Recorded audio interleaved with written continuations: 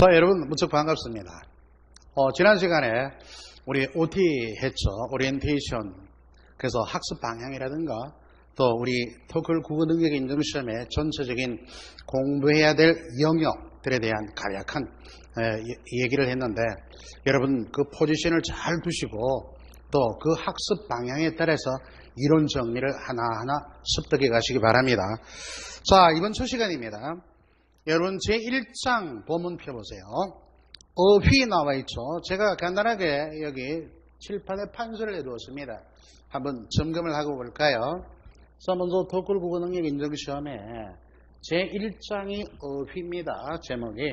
근데 15이 둔 것은 조금 이따 얘기가 되겠지만 총 15문항, 90문항 가운데 15문항이 나오고 2문항이 주관식입니다.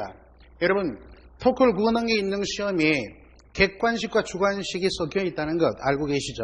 여기서 어휘에서 주관식 2문항이 있습니다. 자, 먼저 1절에 단어의 사전적 의미 이렇게 나와 있는데, 공부하기 전에 어휘에 대해서 얘기를 조금 하면은, 지금 어휘의 유형은, 문제 유형은 이래요. 본래적 의미, 본래적 의미의 대표적인 지시적 의미죠. 사전에 나타나는 뜻, 그리고 또 확장된 의미, 문맥적 의미, 단어들의 관계 이런 것입니다. 또 활용해서 가령 고요와 한저의 유사한 뜻의 대응 문제라든가 이런 것들이 주력적으로 연결이 되죠. 이런 유형으로 출제가 되고요. 그리고 공부해야 될 우리가 지금 1장의 어휘의 준점이 고요와 한저를 집중해서 공부를 해야 합니다. 아무래도 어학 과목에 보다 더 가장 중요한 밑절미, 기초 틀이 뭐다? 바로 어휘 능력입니다. 자, 우리 또 친구들 또는 학생들 중에서 이 어휘와 단어, 여긴 단어라 그랬고 여긴 어휘라 그랬어요. 그래서 이런 차이가 있습니다. 흔히 우리가 보통 보면은 이 단어라는 것은요, 단어는 한자어입니다. 근데 단어와 같은 뜻은 어휘가 아니에요. 한자를 이렇게 쓰는데요, 단어는 같은 뜻이 고요로 낱말입니다. 단어 그러면은 보통 문법에서는 그렇게들 얘기해요. 단어 그러면 조서도 단어에 포함을 시키거든요. 그래서 최소의 자립 형식이다. 이건 나중에 배우시게 될 겁니다. 그래서 이 단어는 개별적인 낱낱입니다. 그래서 낱말과 같은데 이 단어는 개별적인 것이고, 이 단어들의 집합을 뭐라 그럽니까? 어휘라 그럽니다. 그러니까 단어의 복수 개념이에요. 단어는 개별적인 반면에 다음에 어휘는 단어의 복수 개념. 따라서 단어를 많이 아는 능력을 단어 능력 그러지 않고 뭐래죠? 어휘 능력이라고 이렇게 말씀을 합니다. 엄연히 뜻이 다르기 때문이죠. 자, 그래서 1절에 우리가 단어의 사전적 의미부터 출발합니다. 그래서 단어는 어학 과목에서 가장 중요한 학습 포지션입니다. 바탕이 되죠. 그죠? 쉽게 말하면 영어를 공부할 때도 영어의 단어와 또 수거 같은 것을 많이 알고 있어야 문장이 해석되는 것과 같아요. 그래서 사실 우리는 국어, 즉 우리말로 대화를 하고 글을 쓰고 읽고 듣고 하지만 사실은 많은 부분에서 그 뜻을 모르고 또는 그 뜻을 정확하게 알지 못하고 어렴풋하게 이해하고 사용하는 경우가 허다합니다. 그래서 이제 본질적으로 우리 수험생으로의 학습이라는 것은 이런 자주 쓰이는 고유어 또 널리 쓰이는 한자어들의 낱말 뜻을 명료하게 아는 데서부터 국어학습이 출발합니다. 자, 그래서 이제 단어의 사전적 의미로부터 패턴은 그렇게 되어 있습니다. 개념, 주제별, 고유어. 오늘 첫째 시간은요, 주제별 고유어에 집중하고자 합니다. 주제별 고유어 조금 이따 살펴보면 알겠지만 날씨 관련, 그다음에 시간 관련, 특히 단위 명사라 그러죠. 또는 단위성 이전 명사라 그러는데 이 계량, 측량 단위인 단위 명사에 초점을 두기 바랍니다. 물론 제가 같이 함께 수업을 하면서 이것이 몇 회 문제였다 하고 약간의 경각심을 돋우는 이와 같은 포인트 있는 학습을 가져갈까 생각 중입니다. 자, 먼저 교재 앞에 표지 부분 펴입니다. 1장 어휘 쭉 보니까 6절까지 쭉 나와 있습니다. 그 6절에 조건에 맞는 어휘 완성이 주관식 두 문항이 들어있어요. 자, 그래서 사전에 실린 어휘수 하면은 우리 그거는요 16만여 개입니다. 그러니까 단어가 16만여 개예요. 표준국어 대사전에 의하면 그 어휘의 수가 그 나라의 문화적 수준이다 이런 평가를 하는 편이죠. 그래서 이 어휘를 학습하는 것은 사실은 우리의 원활한 언어 생활을 위해서, 원활한 의사소통을 위해서, 남과 언어로 소통을 할 때 문제가 없도록 하기 위해서 어휘 학습을 하는 것이고, 또 덤으로 시험 준비도 하게 되면 훨씬 더 극대화되는 효과가 있을 것입니다. 자, 그렇게 해서 표지가 되어 있고요. 모든 그 장절의 구분은 이렇게 되어 있습니다. 그 구성에 출제 경향과 평가, 여러분 교재 2쪽입니다. 출제 경향과 평가 요소 볼까요? 국어 능력은 어휘력에 따라 결정된다. 그러니까 국어 학습의 출발점이 어휘죠. 넷째 줄에 가면은 언어 능력 시험에서 어휘력을 평가하는 영역을 별도로 마련하고 있습니다. 보통 국어 관련 학자들이 마치 토익이나 토플처럼 말이에요. 어휘만 따로 몰아서 시험 치면은 어휘에 대한 인지 또 어휘에 대한 구체적인 학습의 중요성을 학생들이 깨닫기 때문에 더욱더 어휘 학습에 뭡니까? 효율을 가져갈 수 있겠다라고 주장을 합니다. 그래서 수학능력 시험이라든지 여러분 공무원 시험은 쭉 예를 들어 문학, 독해, 무슨 여러분 장문 이런 문항을 지문으로 갖다다가 쭉 두고 군데군데서 단어의 뜻을 묻는다든가 속담의 의미를 정확하게 파악한다든가 한자의 표기를 묻는다든가 이런 식으로 나옵니다만, 그러니까 어휘만을 따로 모아서 평가하는 이런 유형이 아니에요. 그런데 여러분 잘 알고 있는 지금 우리가 공부하고 있는 토클 국어능력 인증시험과 KBS 한국어 능력시험, 이와 같이 국가공인 자격증에 나오는 두 가지 시험에서는 어휘를 따로 몰아다가 이렇게 문제 패턴을 구성했습니다. 그래서 어휘 학습의 중요성이 얼마나 필요한가 하는 것을 경각심을 고취시키고 있죠. 자, 그래서 한번 보시면은 지금 15문항 가운데 2문항이 주관식이다 이런 말씀을 밑에 도표를 통해서 알 수 있어요.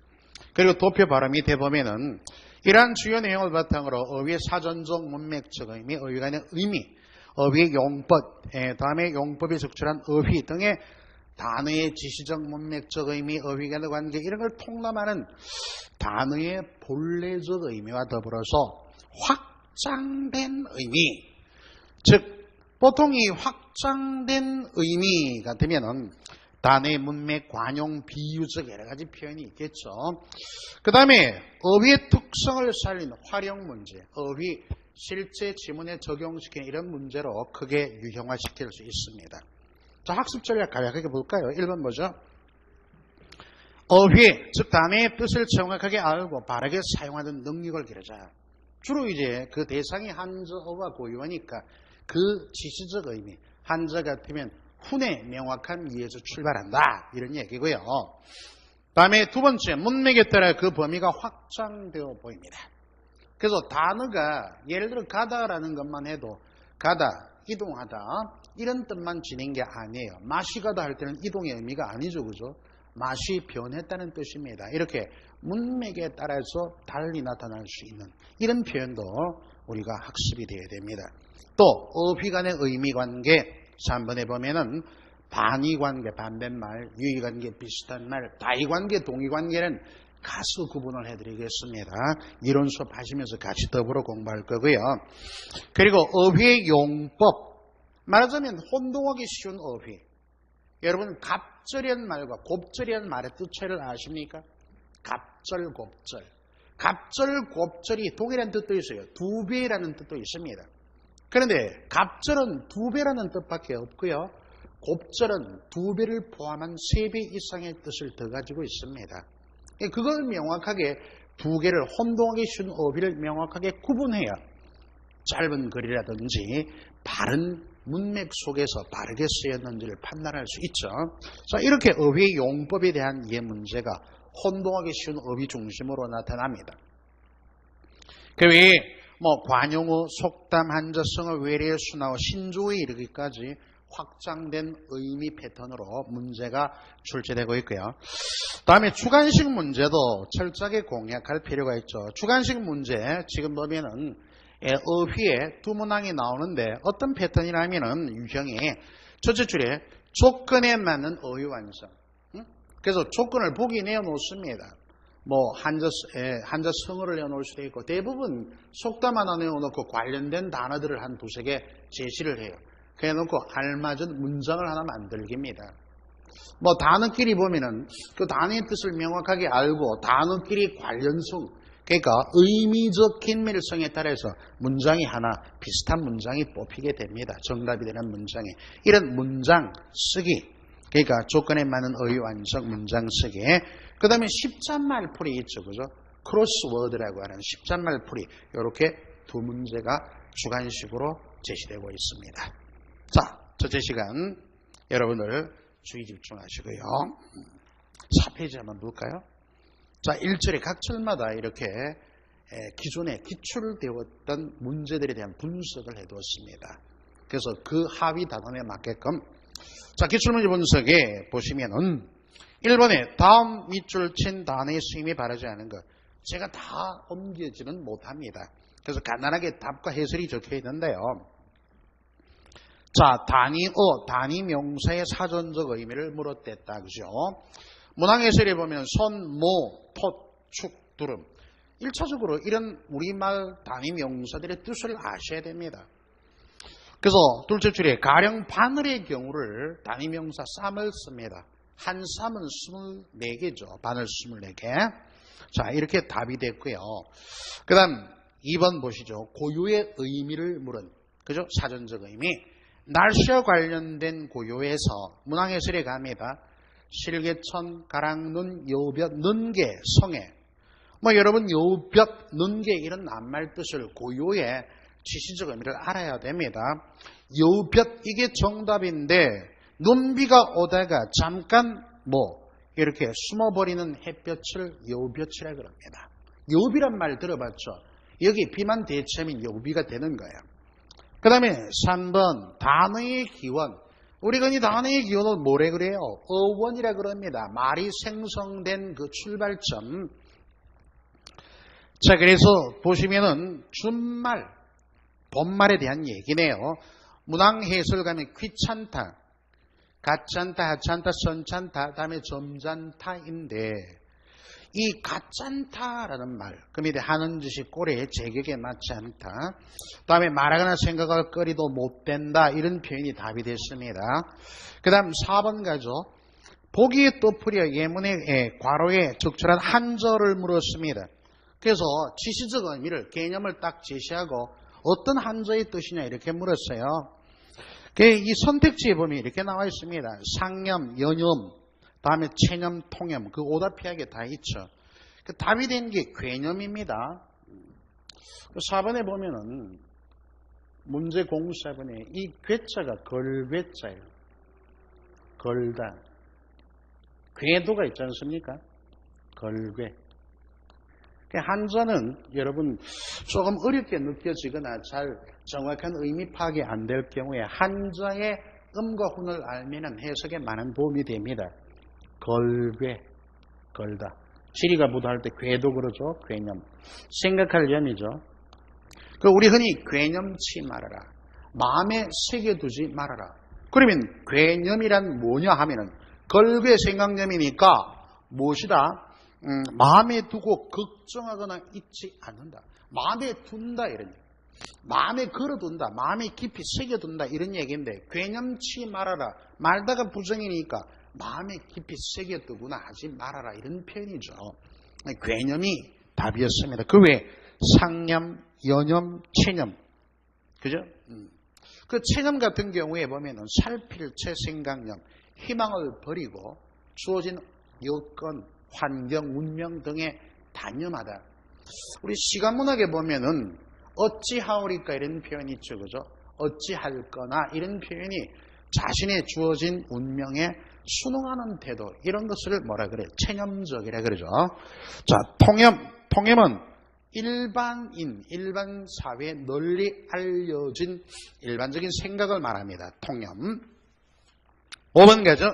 여러분 교재 6쪽입니다. 5번. 한저를 다른 표현으로 바꾼 것 중 적절하지 않은 것을 모르네요. 한저의 사전적 의미를 묻고 있는데 위탁, 치료, 구독, 과중, 수렴. 여러분 위탁이란 말은 맡길 위에요. 위탁금 이런 것도 있죠, 그죠? 그러니까 맡기다의 뜻으로 해석합니다. 여기 해석이 잘못되어 있어서 답이 됐다. 이 부분도 한자에 맡길 위다, 맡기다, 맡길 위다, 맡길 탁이다 하면은 뜻은 어느 정도 접근할 수 있고 정답을 쉽게 고를 수 있어요. 다음 역시 한자의 사용을 물었습니다. 사전적 의미 개념에서 문항해설에 보면 조정, 조율, 다음에 조달, 조리, 조인, 발음이 조자로 뒤에 음절만 다릅니다. 그래서 이런 것들의 미세한 의미 차이를 알고 계셔야 돼요. 그래서 자칫 잘못 사용할 수가 있죠.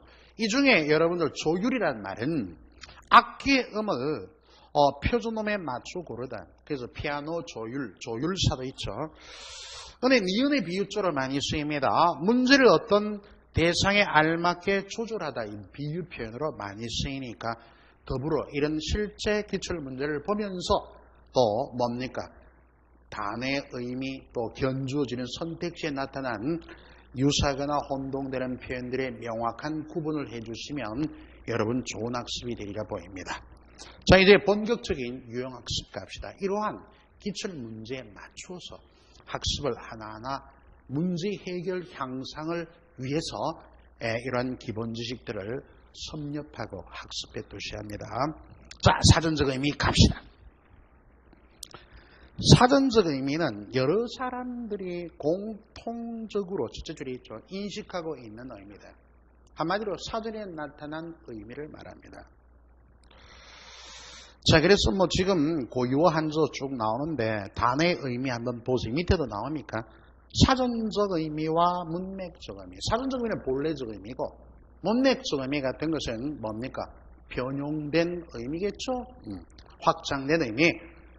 그래서 여러분 예문에 꽃잎에 이슬이 맺혀 있다 할 때 이 이슬의 사전적인 의미는 보통 온도 차이에 의해서 공기 중에 수증기가 엉긴 물방울을 이슬이라고 그럽니다. 우리가 많이 듣고 또 많이 알고 있는 것처럼 착각하기 쉽지만 쉬운 표현의 단어라도 정확한 의미를 해석할 수 있어야 합니다. 문맥적 의미 보죠. 그러니까 문맥은 문장의 맥락의 준말입니다. 문장 속에서는 뜻이 달라질 수 있어요. 이슬을 먹으면 그 눈동자. 이럴 때 이슬의 문맥적 의미 파악을 위해서는 실제 사전적 의미인 그 수증기가 뭡니까? 온도 차이에서 엉겨있는 물방울의 이슬이 아닙니다. 그리고 이 문맥 속의 이슬의 정확한 뜻은 문맥적 의미를 파악할 수 있게끔 열어주는 단어가 하나 있습니다. 그 단어가 이 문맥에서 눈동자예요. 눈동자가 이 이슬의 뜻을 명료하게 연상케 해줍니다. 눈동자에 맺힌 이슬 같은 건 뭐다? 눈물입니다. 자, 이 눈물이 바로 이 문맥에서는, 이 문장 속에서는 문맥적 의미가 되는 거예요. 이번에 지시적 의미와 함축적 의미, 금방 살핀 사전적 문맥적 의미를 흔히 지시적 의미 이렇게들 얘기합니다. 함축적 의미는 한마디로 얘기할게요. 속뜻, 감추어진 속뜻입니다.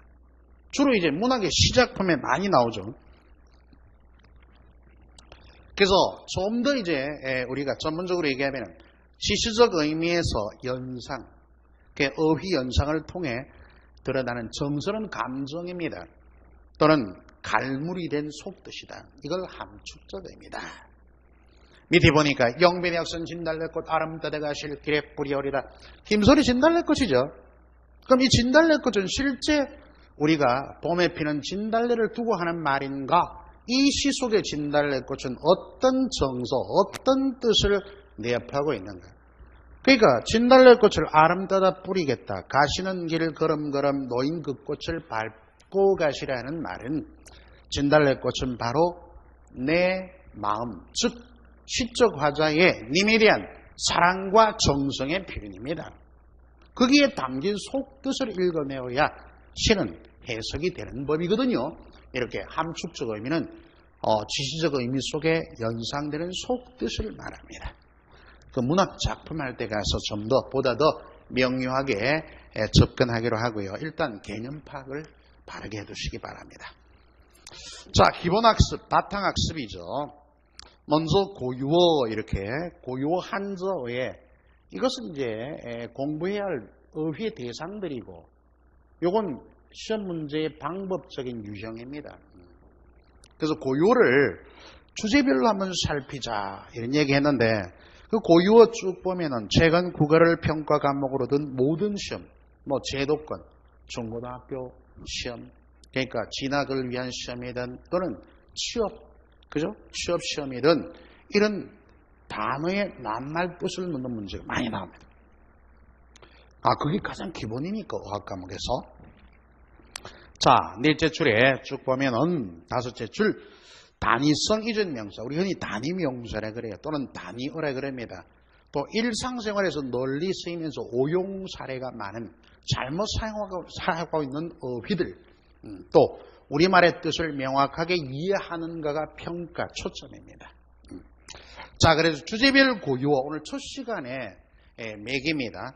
그래서 제가 미리 적어놨지 않습니까? 날씨 관련, 시간 관련 단위 명사. 자, 길부터 볼까요? 고삿. 이제 주제별 고유어 이렇게 공부를 하고자 합니다. 어떤 주제를 정해놓고 거기에 따른 여러 고유어들을 자주 묻는 빈출하는 고유어들을 어떻습니까? 모든 별로 묶어뒀어요. 그러니까 먼저 길 같은 경우에 길에 보니까 고삿 이런 말이 있어요. 고삿. 이 고삿하면 동네나 마을 어귀의 좁은 골목길입니다. 그런데 하나 알아둘 게 있어요. 이 그런 뜻이고요. 다음에 이 고삿 있습니다. 표준어에 이 시옷이 있는데 이것은 지붕을 엮는 새끼입니다. 구분해서 이해하셔야죠. 지붕을 엮는 새끼라는 뜻으로 표준어는 고삿 시옷입니다. 그런데 지붕 엮는 새끼의 비표준어가 이 표기로 하면 안 돼요. 이 비표준어거든요. 그럴 때는 물론 이런 동네나 마을 어귀의 좁은 골목길의 뜻은 표준어요. 이런 고유의 뜻이 있고 이것과 구분하여 사용하라는 얘기입니다. 그리고 길섭하면 길의 가장자리 한쪽 옆이라 이런 얘기죠. 돌인견 알아두시고요. 모롱이도 있고 모퉁이도 있어요. 같은. 모롱이는 산모퉁이 휘어 둘린 곳.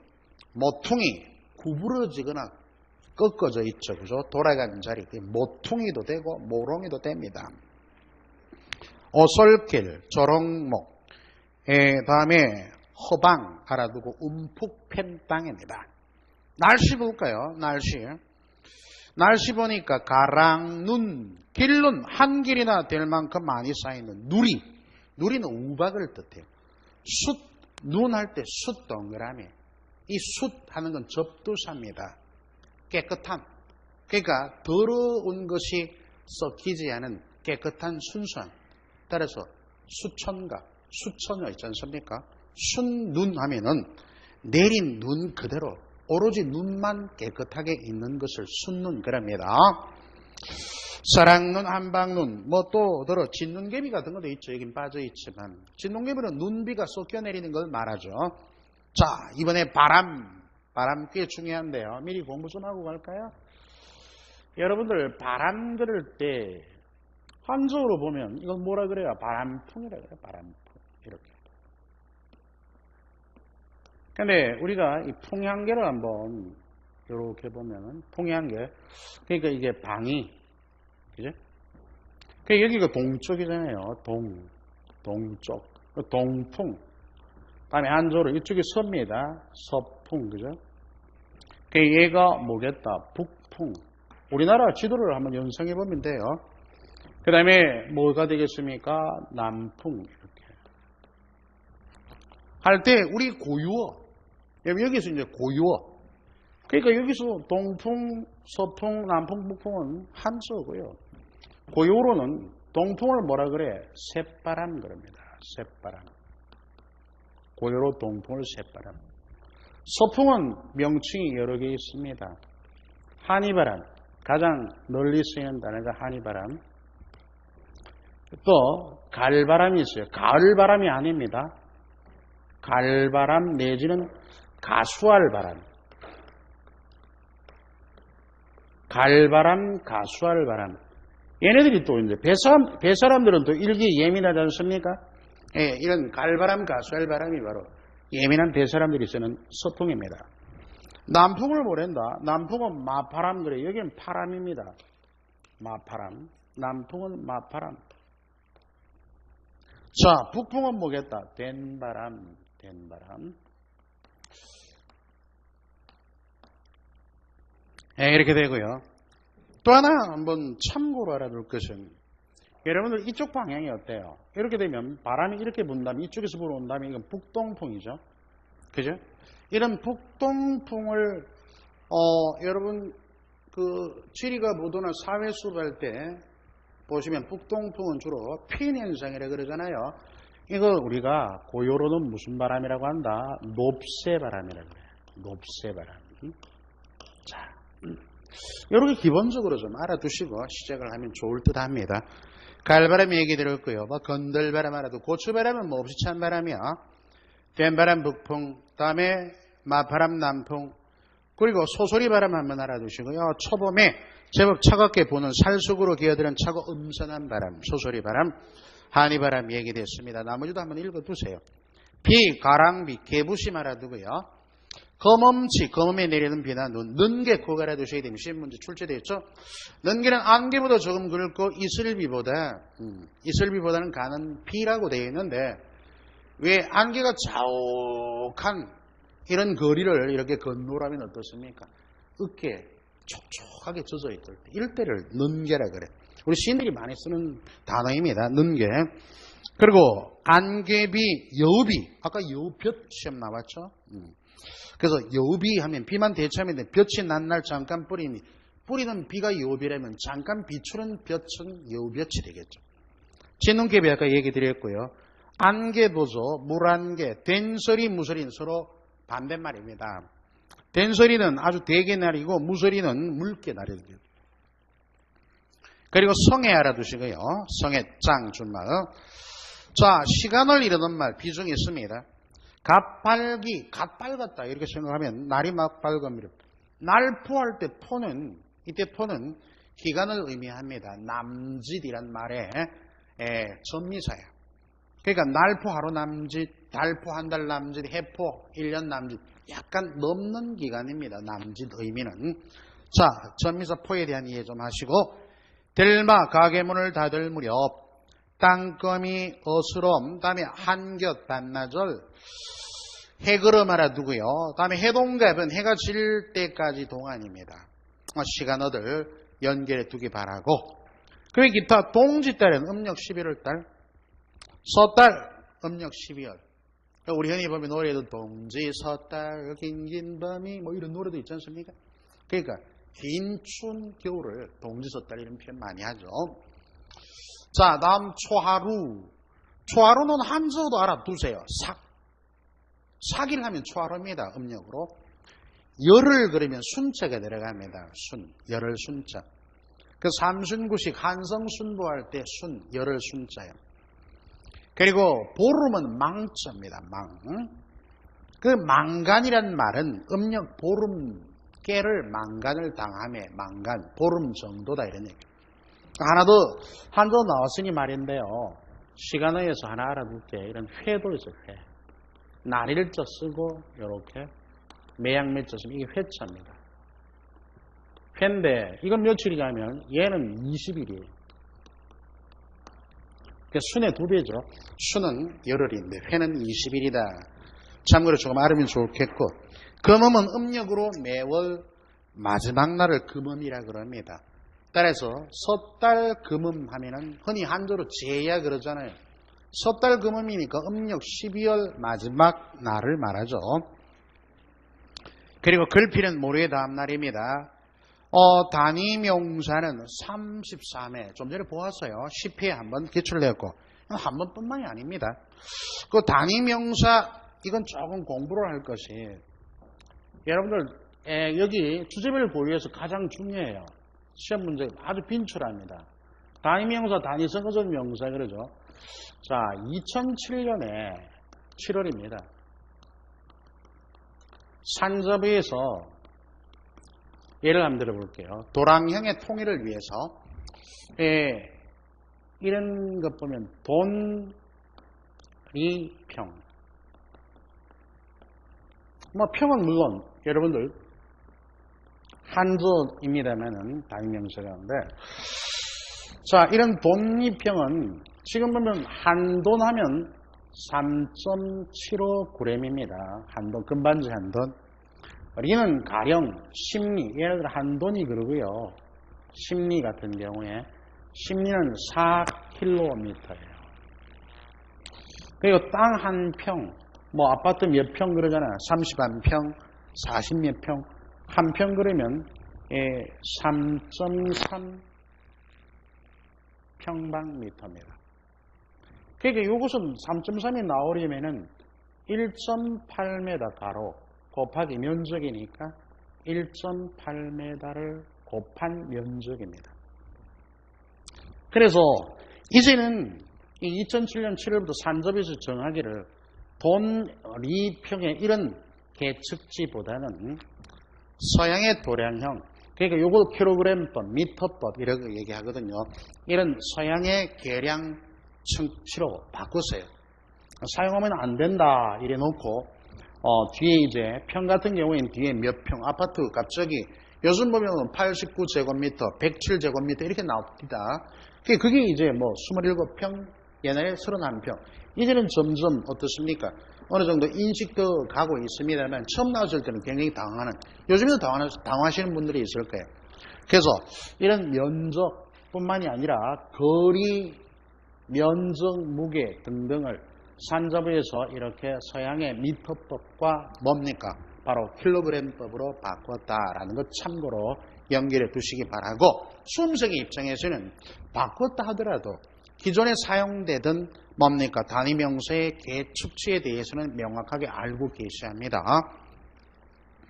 길이 볼까요? 자, 리, 그러니까 400m니까 심리는 4km. 한자 척과 같아요. 한자는 30cm입니다. 한자. 그러니까 장롱이나 방의 크기 재일 때 몇 자 장롱 이러죠. 한자면 30.3cm예요. 한 척도 같고. 치는 한자의 10분의 1이니까 3.03, 약 3cm 조금 넘어요. 우리가 흔히 옆에다 적어볼래요. 새치의 혓바닥, 그런 얘기 하잖아요. 그래서 새치혀, 새치 혓바닥 할 때 새치혀 하면 이 치가, 한 치가 3.03cm니까 곱하기 3을 하면 어떻게 됩니까? 약 10cm에 가깝죠. 우리 혀의 길이가 그 정도 되나 봐요. 자, 이렇게 우리가 그냥 사용하는데도 단위 계측치가, 즉 단위 명사의 표현이 들어가 있다는 것도 간과하지 말고요. 잊지 말기 바랍니다. 자, 그리고 무게 관, 한관은 3.75kg, 한근 600g이죠. 그런데 이게 조금 한근 그러면은 이게 고기와 한약재를 얘기하는 게 있고, 고기와 한약재, 그 다음에 나물이나 뭐 이런 그게 달라요. 이 한근은 고기, 뭐 돼지고기, 소고기 한근 이러면 600g입니다. 600g. 근데 여기 나물 같은 것은 한근 하면 475g. 조금 다르죠, 여러분들. 죄송합니다. 375g. 잠깐만요. 주기 한번 지우고 37.5에 맞춰져 있으니까 여기 보면은 400이 아니고요. 300. 그게 나물이나 채소류죠. 그래서 여기 400.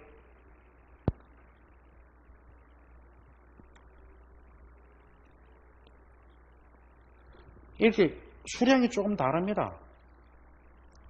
한 근에 고기 한약재는 600g, 다음에 나물 채소는 375g이에요. 여러분 구분 좀 해서 명확하게 알아두기 바랍니다. 한돈은 좀 전에 3.75g. 한돈 같은 경우에도 이렇게 보면은 한돈이 있죠. 예를 들어 금한돈 아닙니까? 그러면 3.75g 이렇게 되죠. 그러면 요거의 10배가 어떻게 되면 한양이에요. 한양. 그럼 한양이면 37.5g입니다. 금반지 한돈 한양. 예, 또 우리가 한돈의 10분의 1도 있죠. 그게 푼입니다. 참고 한번 하시고 신체 단위해 볼까요? 한길하면 사람 키, 그리고 한 모순, 한 주만에 들어올 만한 분량, 발이 알아두세요. 한 발이 실었다. 말과 소 등에 싣는 짐을 세는 단위입니다. 한 발이 두 발이. 근데 고유어 일반적으로 발이, 단위명사가 아닌 발이는 여성의 밥그릇을 얘기하기도 합니다. 바리밥, 남주시고 할 때 바리밥은 바리에 담아 먹는 밥인데 이때 바리는 여성의 밥그릇을 의미하기도 해요. 단위명사로는 말과 소, 마소 등에 싣는 짐의 단위다. 이렇게 알아두시고 다음에 한 발, 두 손을 펼쳐가지고 한보는 한보, 보통 한 걸음 걷죠. 군대에서 보면 우리 구보할 때 한 걸음, 보통 일반적인 평상 걸음이 76cm란 정도로 알고 있습니다. 한보, 한 뼘은 엄지손가락을 이렇게 펼쳐서 한 뼘, 두 뼘 그러죠. 자, 한아름, 다음에 움큼, 손으로 움켜쥘 만한 분량, 한 줌, 주먹으로 연결할 질만한 분량. 기타 강다리가 장작 100개, 100개비, 개비 요거 동그라미 치고 담배 한 개비, 그죠? 담배 한 개비. 그러면 어떻게 됩니까? 담배 한 개피, 담배 한 까치가 아니 개비입니다. 길고 가느다란 물건을 세는 단위가 담배의 그 수량 셀 때 한 개비 이렇게 돼야 됩니다. 참고하시고요. 갓, 자 연결해 두고 거리 있죠. 거리는 원래 접의 2분의 1이에요. 그래서 50개입니다. 오이 가지 등에 50개. 한 접은 100개가 되죠. 그리고 고리, 소주 13알, 꾸러미, 달걀 10개. 그러면 달걀 한 판, 달걀 한 판은 30개 기준이에요. 달걀 한 판은 30개 기준. 다음에 단불 좀 알아두시고요. 그리고 대, 호배 10배, 한 대, 두 대 있죠. 곡식 셀 때. 봉하는 건 일반적으로 여러 개, 그 지칭하는 사물에 따라 다른데, 먹과 부춘 보통 10자루 먹, 이런 정도. 나머지 연결해 두고, 두름, 요거 알아두세요. 보통 두 줄로, 10마리씩 묶는 두 줄로 한 묶음 한 20마리입니다. 그래서 조기 한 두름, 이렇게 얘기하죠. 한 땀, 한 마장, 심리가 못 되는 거리, 마지기. 논밭의 면적인데, 논은 200평 기준, 밭은 100평 기준입니다.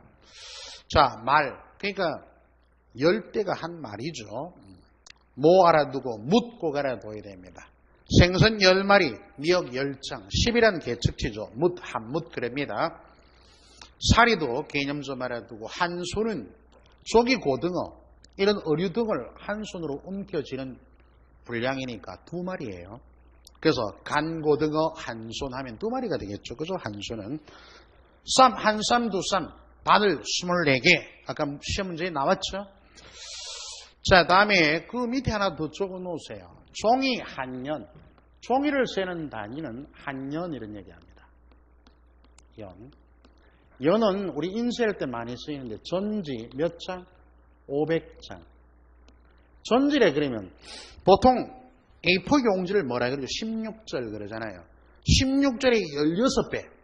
16절이 16배가 전지입니다. 이 전지 500장을 한 년 그래요. 인쇄할 때 이 연의 개념으로 들어가죠. 종이 한 년 알아두시고 우리 기와 20장 접 꼭 알아두십시다.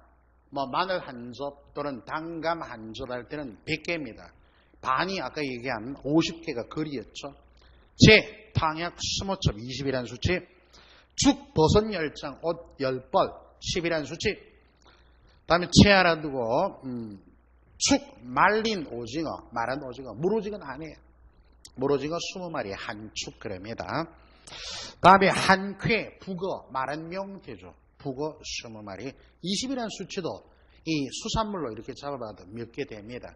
이건 나중에 한글 맞춤법에도 연결이 되어 나오니까 그때 조금 더 깊이 있게 해석하겠습니다. 토리 알아두고 톳 중요합니다. 김백정을 한 톳 그래요.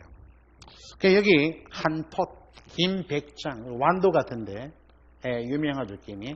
한 톳 그리면 백장인데 이와 같은 한저 단위 명사가 속입니다. 속. 됐죠? 한 톳과 같은 단위 명사가 한저로 속이 있다라는 것도 더불어 알아두시면 좋을 듯 합니다. 자, 우리 13쪽의 돔닫기에 이제 간략하게 접근하고 첫 시간 매듭할까 합니다.